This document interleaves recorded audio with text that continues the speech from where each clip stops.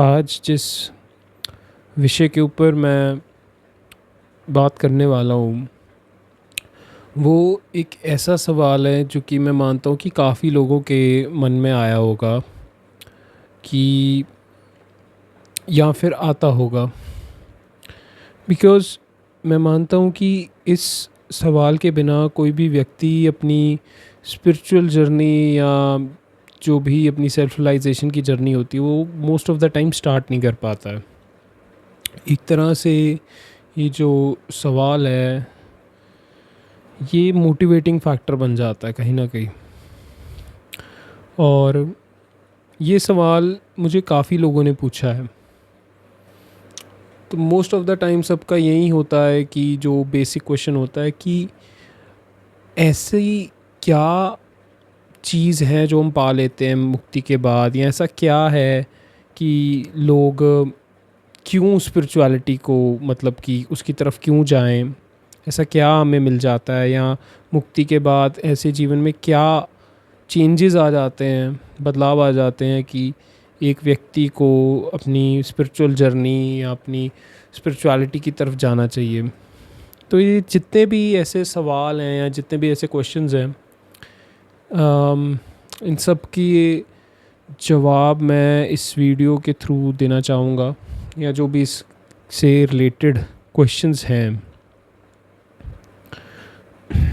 तो most of the time ये होता है कि लोग अपनी स्पिरिचुअल जर्नी एक हिसाब से इसलिए शुरू करते हैं क्योंकि उन्हें लगता है कि उन्होंने कुछ पाना है, जैसे कि हमें मुक्ति चाहिए, हमें निर्वाण प्राप्ति, हमें एनलाइटनमेंट चाहिए। तो ये कुछ कॉमन टर्म्स हैं जो कि कोई भी व्यक्ति सुनता है तो वो एकदम से हैरान हो जाता है, किस चीज़ की बात हो रही है, निर्वाण की, मुक्ति की, किस चीज़ की बात हो रही है, ऐसा क्या है कि जो धन से भी ऊपर है, जो मतलब कि सबसे सर्वश्रेष्ठ माना जाता है, ऐसा क्यों? स्पेशली इंडिया में इस चीज़ की लगभग हर व्यक्ति बात करता है अपने जीवन में एक बार तो कम से कम। तो मैं आपको एक बात यहाँ बता देना चाहता हूँ कि अगर आप सोच रहे हैं कि मुक्ति के बाद या फिर सेल्फ रियलाइजेशन जो आपकी जर्नी है उसके बाद कुछ बहुत शक्तिशाली या कुछ सिद्धियाँ आ जाएंगी, या आप बहुत शक्तिशाली हो जाएंगे, या दुनिया के ये जो मोह माया है बिल्कुल उससे एकदम परे हो जाएंगे, जैसे कि कॉमन टर्म्स में कहा जाता है कि जो संत साधु हैं इन्हें किसी चीज़ से फ़र्क नहीं पड़ता है, इन्हें कोई भी चीज़ इनके लिए बुरा अच्छा एक समान हो जाता है। तो ये सारी चीज़ें जो कही जाती हैं इसका जो अर्थ है क्या? तो पहली बात कि जो एक्चुअल नॉन डुअलिटी अध्यात्म है या जो स्पिरिचुअलिटी जिसे हम कहते हैं उसका सिद्धियों से और अलग जो कोई पावर्स हैं आपकी उससे रिलेशन नहीं है, ना ही इसका रिलेशन एस्ट्रोलॉजी, टैरेट या ऐसी चीज़ों से है। ये हमारा जो सत्य स्वरूप है उसको पहचानना, उसे अध्यात्म कहते हैं। जो मेन गोल है अध्यात्म का, अद्वैत का, वो ये है कि तुम स्वयं को जान लो, ताकि तुम्हारे दिमाग में जो कि मतलब हमारे दिमाग में जितनी भी अलग अलग तरह के कंडीशनिंग्स हैं या अलग अलग तरह के कॉन्सेप्ट्स हैं कि मैं ऐसा हूँ वैसा हूँ, एक तो वो हट जाएं। दूसरा कि जो मूल तत्व है इस सृष्टि का संपूर्ण, जो बिल्कुल अल्टीमेट सोर्स है या बिल्कुल जो कोर ट्रुथ है, अब वो जान ले। एक बार वो रियलाइज़ हो जाता है, उस चीज़ का साक्षात्कार हो जाता है, तो उसके बाद फिर जो बदलाव आता है वो एक तरह से किसी को दिखेगा नहीं, मतलब कोई फिज़िकली आप में ऐसा कोई चेंजेस नहीं आ रहे हैं कि आपका चेहरा बदल गया या ऑरा निकलने लग गया, ऐसी चीज़ें नहीं।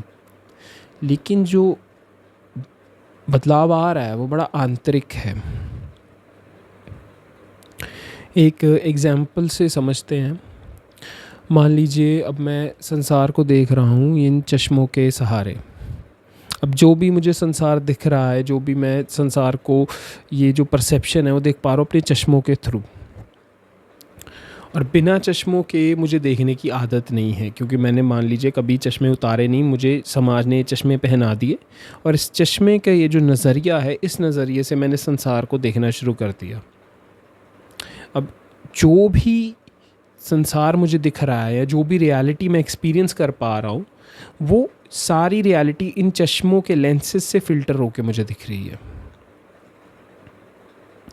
तो अब ये जितनी भी रियलिटी है वो बिल्कुल मुझे साफ नहीं, बिल्कुल जो हूबहू नहीं दिख रही है, वो हमेशा फ़िल्टर होके, प्रोसेस होके आ रही है। हमारा जो सारा गोल है स्पिरिचुअलिटी का, जो सारा जितनी भी एक्सरसाइजेज हो गई, साधना हो गई, सबका वो यही है कि ये जो चश्मे हैं, ये जो कंडीशनिंग्स हैं, जो मान्यताएं हैं, जो स्टीरियोटाइप्स हैं, इन सब को हटाकर जो सत्य है उसको देखना। ये सब अगर एक बार हट जाती हैं तो हमारा जो जीवन है उससे देखने का जो नज़रिया और ढंग है बिल्कुल बदल जाता है। अब हम रियलिटी को वैसे ही देखेंगे, इस सृष्टि को वैसे ही देखेंगे जैसी वो है। इन फिल्टर्स को हटा देंगे हम। ये बदलाव आता है जिसकी सेल्फ रियलाइजेशन हो जाती है, जिसे हम नॉर्मल टर्म में मुक्ति, निर्वाण, एनलाइटनमेंट कहते हैं। ये सबसे बड़ा बदलाव आ जाता है उसमें। ये आंतरिक बदलाव है सारा। पहले मुझे दिखता है कि अच्छा ये व्यक्ति है, ये पशु है, ये पेड़ पौधे हैं, इतनी सारे मुझे जीव जंतु दिख रहे हैं, तारे दिख रहे हैं, पहाड़ दिख रहे हैं, इतनी सारी सृष्टि दिख रही है, मुझे इन सब में डिस्टिंक्शन दिख रही है। अच्छा ये ऐसे, ये ऐसे। मैं इन्हें on the face of it जानता हूँ कि अच्छा ये पहाड़ है, ये पेड़ है, ये व्यक्ति है, ये जानवर है, ये घास है या कुछ भी है। मैं इसको एक कंडीशन्ड माइंड से देख रहा हूँ, जो मुझे समाज ने बताया है कि ये इंसान होता है, ये जानवर होता है। हमें धीरे धीरे, बच्चे को तो पता नहीं होता है ना, धीरे धीरे समझाया जाता है, बताया जाता है, ये फूल है, ये ऐसा है, वैसा है। तो इन अ वे हम रियलिटी को जो जैसे वो है उसे एक्सपीरियंस कभी नहीं कर पा रहे। हम हमेशा एक कंडीशन्ड जो रियलिटी हमारे माइंड को समाज, सोसाइटी और उससे दी गई, उससे एक्सपीरियंस कर रहे हैं, जो कि नेसेसरी है काम करने के लिए इस वर्ल्ड में। बट इसका एक बैकड्रॉप ये है, इसका नुकसान ये है कि हम फिर एक तरह की सिमुलेशन में ही चल रहे हैं। एक तरह से एक आर्टिफिशियल रियलिटी हमने बना दी है अपने मन से और उसके अकॉर्डिंग हम चल रहे हैं। जो सारा गोल है स्पिरिचुअलिटी का, वो इस आर्टिफिशियल रियलिटी को हटाना है। आंखें वही हैं, आंखें हमेशा से हैं, पर चश्मे हैं। वो चश्मों को हटा देना है ताकि जो जैसा है वैसा दिखे।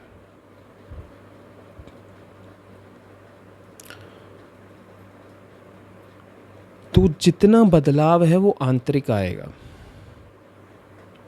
ये नहीं कह रहा हूँ कि तुम्हारी आंखें नहीं हैं, तुम्हारी आंखें आ जाएंगी। आंखें हमेशा से है, इसीलिए रियलाइजेशन कहा जाता है। वो हमेशा से ऐसा ही था, पर हमने कभी इसे रियलाइज़ नहीं किया था। हम हमेशा मानते रहे कि जो संसार मुझे चश्मों के सहारे दिख रहा है वही असली है।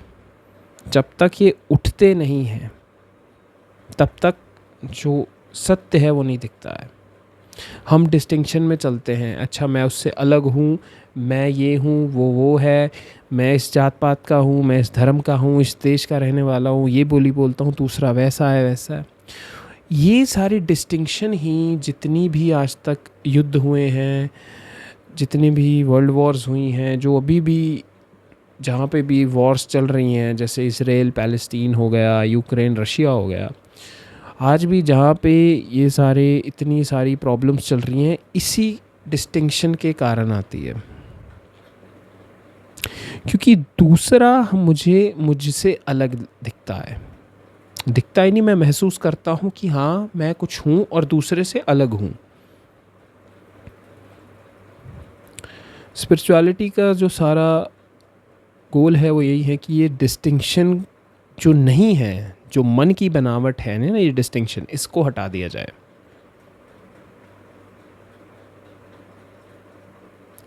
अगर आप सुनते हैं तो मोस्टली लोग कहते होंगे, जो बताते हैं कि अवेकनिंग के बाद वी फील वननेस, हमें ऐसा लगता है सारी सृष्टि हम महसूस कर पा रहे हैं, डिस्टिंक्शन नहीं रहती है। बिल्कुल सही, ठीक बात है, एक्सपीरियंशियली ऐसा लगता है बिल्कुल, but it's not I would say कि परमानेंटली ऐसा ही चलता रहेगा। You know, there comes a time कि जब फीलिंग भी, ये जो महसूस होना होता है, ये भी धीरे धीरे एक तरह से एब्जॉर्ब हो जाता है।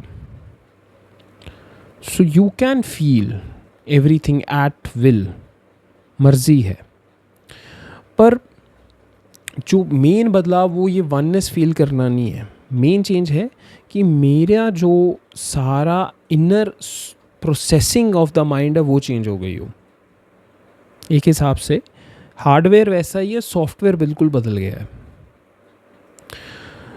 तो अंदर से अब तुम जानते नहीं हो, मतलब तुमने कहीं पढ़ा नहीं है ऐसा कि अच्छा मैंने सुन लिया कि मुझे वननेस फील हो रही है, दूसरा नहीं रह गया है तो मैं ऐसे एक्ट करूँगा। नहीं, आपका बिल्कुल ढंग ही बदल जाता है, सोच का ढंग बदल जाता है, जीवन को लेके नज़रिया बदल जाता है, हर एक चीज़ एक तरह से आप जो भी महसूस करते हों या जो भी धारणाएं बना रखी हैं वो सारी धीरे धीरे टूटती जाती हैं। जैसे जब मुझे ये रियलाइजेशन हुई कि मैं नहीं हूँ, सिर्फ परमात्मा ही है, या सिर्फ सेल्फ, आत्मन, जो भी नाम देना है, या फिर कुछ नहीं है, या सब कुछ ही मैं हूँ, अगर कहने का ढंग अलग है, बात वही है। तो कुछ दिन बहुत अजीब लग रहा था। मतलब सिर्फ माइंड, मेंटल लेवल पे नहीं, फिज़िकल लेवल पे भी काफ़ी बदलाव लग रहा था। बिकॉज ये एक तरह का एक बहुत बड़ा झटका होता है मोस्ट ऑफ द टाइम, जो मेरे एक्सपीरियंस से कहता हूँ तो बहुत बड़ा ये झटका था, है ना।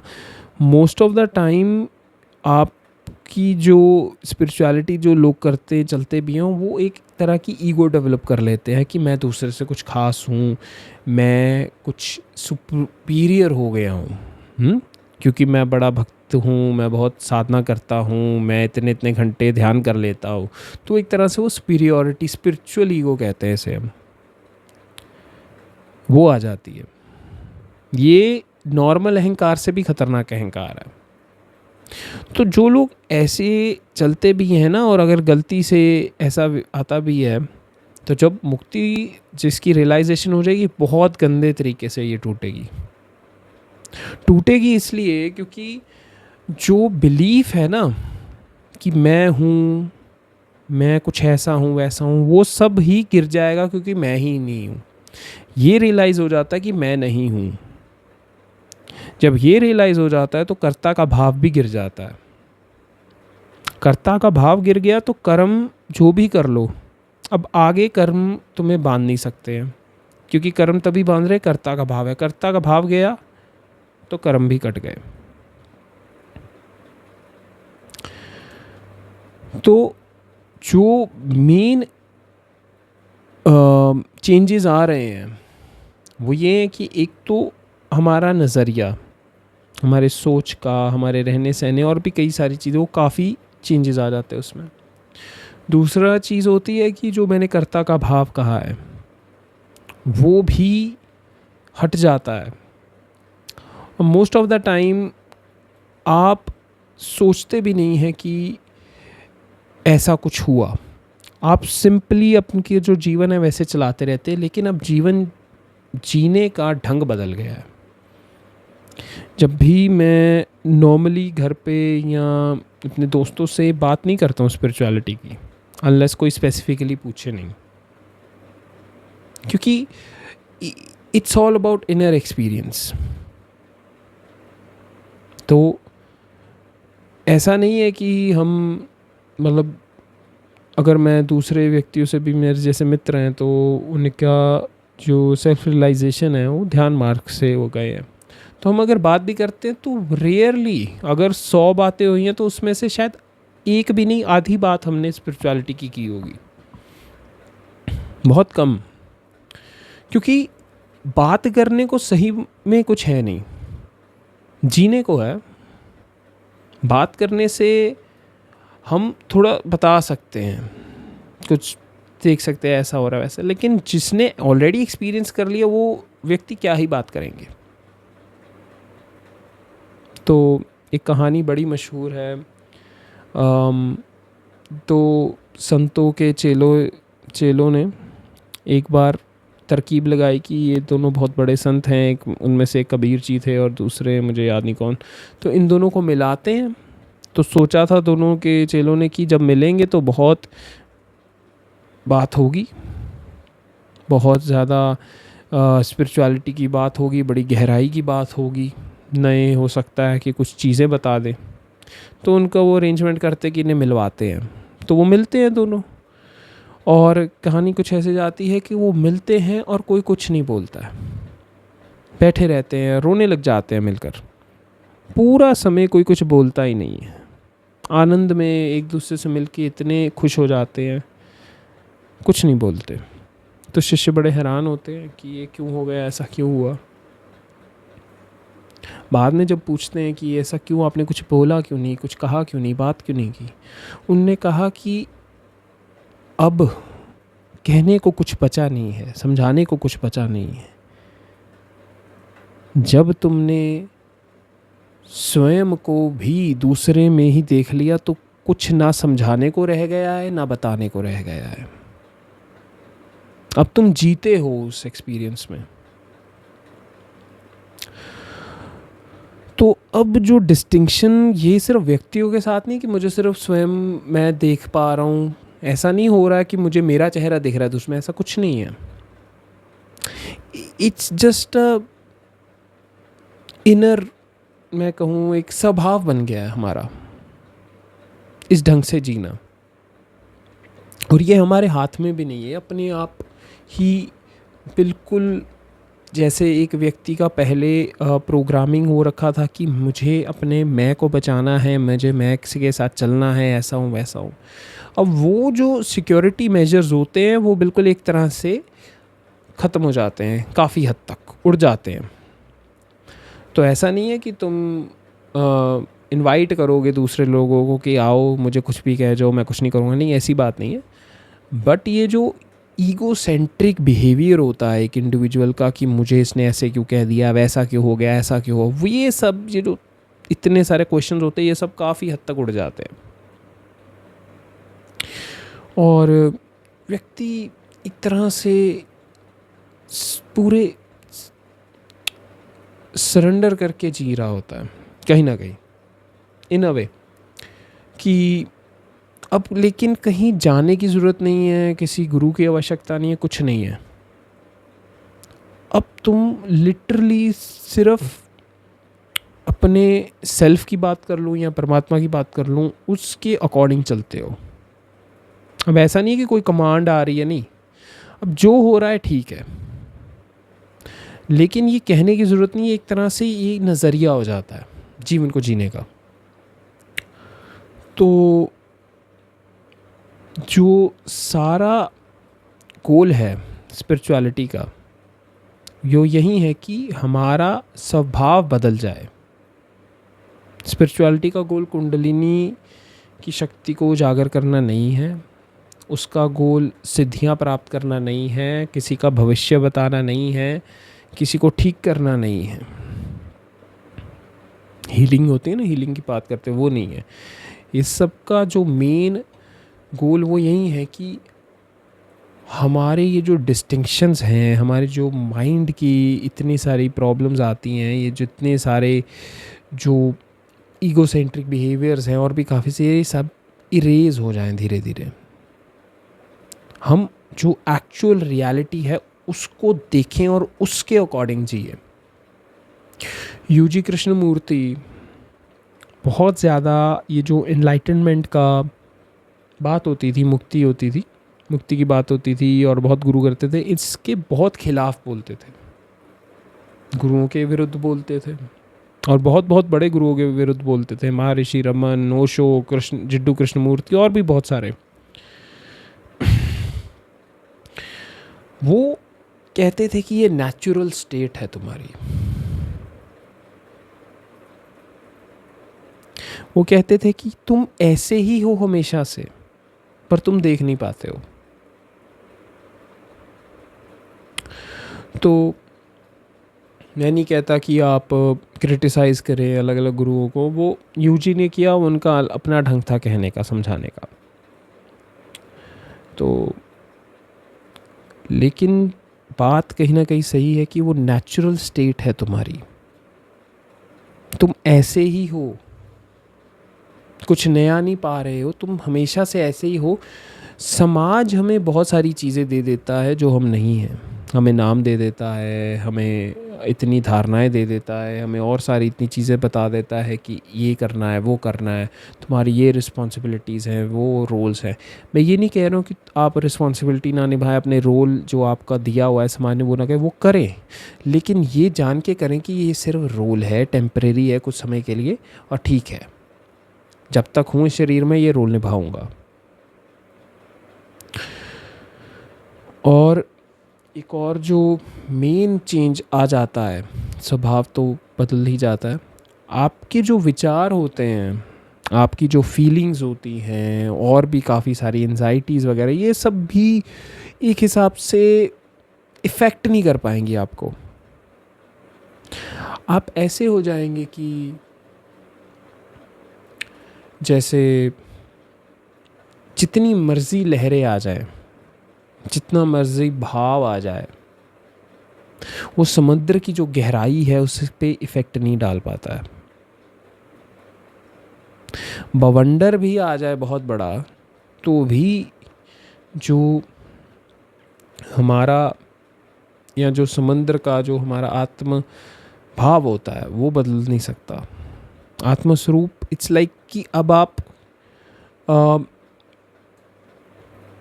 स्क्रीन है, टीवी की स्क्रीन है या सिनेमा है, जैसे टीवी पर आप चाहे जितना भी कोई भी मूवी देख लें, कोई भी चाहे जितने उसमें युद्ध चल रहा हो, बम फूट रहे हो, कुछ भी हो रहा हो, कोई भी टीवी चैनल, कोई भी वो मूवी, वो टीवी स्क्रीन को कुछ नहीं कर सकती। ऐसे ही कोई भी विचार, कोई भी भाव, कोई भी ऐसी चीज़ें वो आपके जो आत्मस्वरूप है उसे इफ़ेक्ट नहीं कर पाएंगी। तो अगर कोई विचार आ भी रहा है या कोई फीलिंग आ भी रही है ऐसी उसी, तो वो सब काफ़ी दूर लगने लगेगी। एक कारण इसका ये भी होता है कि नॉर्मली लोग जो विटनेसिंग करते रहते हैं तो वो वैसे ही धीरे धीरे फील करना शुरू कर देते हैं। But most of the time क्योंकि आप जान लेते हो कि इट्स जस्ट प्ले, खेल चल रहा है, मन का खेल है, संसार का खेल है, इतनी सारी चीज़ें आ रही हैं, तो धीरे धीरे आप इन पे इतना बहुत ज़्यादा ध्यान देना छोड़ देते हो। अब आप वैसे चलते हो जैसे आप चलना चाहते हो। बहुत तरह के विचार आएंगे, कुछ ज़रूरी होंगे, कुछ नहीं होंगे, तो आप अपने हिसाब से फ़िल्टर कर देते हो। जो आया, अब मुझे कोई विचार आया कि मुझे ये पढ़ना है, मुझे ये कार्य करना है, ज़रूरी कार्य है, तो मैं उस विचार को एक्सेप्ट करूँगा और फिर सोच के कार्य करूँगा। अब लेकिन कुछ और रैंडम थॉट आ गया, ऐसा नहीं होना चाहिए था, वैसा नहीं होना चाहिए था, इतनी सारे पास्ट फ्यूचर के जो थॉट्स हैं उनका भी कोई फ़ायदा नहीं है। सोच लिया, प्लान आउट कर लिया, ठीक है, वहाँ तक ठीक है, प्लान आउट भी आप प्रेजेंट में कर रहे हो। तो जो यूज़लेस से विचार और जो फीलिंग्स इतनी सारी आती वो भी धीरे धीरे उनकी जो आपके ऊपर पकड़ होती है वो भी कम हो जाती है। तो मैं इस वीडियो को अब कंक्लूड करूँगा बस, जैसे जो बुद्ध ने, एक बार किसी ने पूछा बुद्ध से कि आपने निर्वाण प्राप्ति के बाद क्या पाया, क्या हो गया, क्या पा लिया आपने, आप कहते हैं कि आपको मुक्ति मिल गई है, क्या पाया आपने? तो बुद्ध ने कहा मैंने कुछ नहीं पाया, मैंने खोया है, मैंने स्वयं को खोया है। मैंने जो क्रोध है, मैंने जो अपनी ईगोसेंट्रिक बिहेवियर्स हैं, ये जो भय है, मृत्यु का भय है, इतनी सारी जो मेंटल एंजाइटीज़ हैं, विचारों का बवंडर है, ये सब खो दिया है। तो ये नहीं कहूँगा कि मुक्ति के बाद मन में विचार आने बंद हो जाएंगे, वो नहीं हो सकते। वो जब तक आप ज़िंदा हो वो आएंगे, वो माइंड की प्रोग्रामिंग है, वो रिक्वायरमेंट है। आप सोचना नहीं बंद कर देते, इंटेलिजेंस चलती है, सब चलता है, और थोड़ा ज़्यादा और अच्छे से चलेगा। अच्छे से चलेगा मतलब होश बढ़ जाएगा। तो लेकिन ये भी पर्सन टू पर्सन डिफ़र करता है, उनके लाइफस्टाइल, उनके जीवन जीने का ढंग, काफ़ी चीज़ें उस पर निर्भर करती हैं। बट वो स्वभाव, वो जीवन जीने का ढंग, वो प्रेम, ये सब अपने आप आने लग जाता है। और कल्याण का भाव, दूसरे कुछ भी, कोई व्यक्ति कुछ भी अचीव करता है ज़िंदगी में तो कहता है यार ये सिर्फ मेरे पास रहे, मैं ही रखूँ अपने पास। किसी मंत्री को कोई कुर्सी मिल गई है, किसी को कोई ओहदा मिल गया है, किसी ने बहुत पैसा कमा लिया, तो वो कहते हैं मेरे पास ही रहे या मेरे परिवार में ही रहे, ऐसा। लेकिन स्पिरिचुअलिटी में ऐसा कुछ नहीं है। यहाँ पर जितना बांटते हो उतना और बढ़ता है। तो एक तरह से आप पर एक तरह से रिस्पॉन्सिबिलिटी आ जाती है, रिक्वायरमेंट आ जाती है, आपको ही अंदर से ऐसा लगने लग जाता है मैं बांटूँ, मैं बांटूँ और बांटूँ, ये जो पाया है मैं और बांटूँ। इसीलिए कारण है कि मैंने ये चैनल शुरू किया, और यहीं इसी शेयरिंग्स को कंटिन्यू करने के लिए एक ये कम्युनिटी बनाई जहाँ पे लोग इकट्ठे हो सकें, इसके बारे में बात कर सकें, अपनी जर्नी, जो अपनी लाइफ जर्नी, जो लाइफ गोल है उसके बारे में उसके पास जा सकें। यही कारण था। और लोगों को मैं यही कहूँगा एंड में कि ऐसा मत सोचो कि तुम मुक्त हो गए हो, तुम बंध गए हो। पहले तुम मन से ऐसा होता था, चल रहे हो ऐसे, अब तुम चल रहे हो उससे, उस परम से। तो अब तुम एक हिसाब से मुक्त नहीं हुए हो, तुम बंधे हो। और अब वो जैसा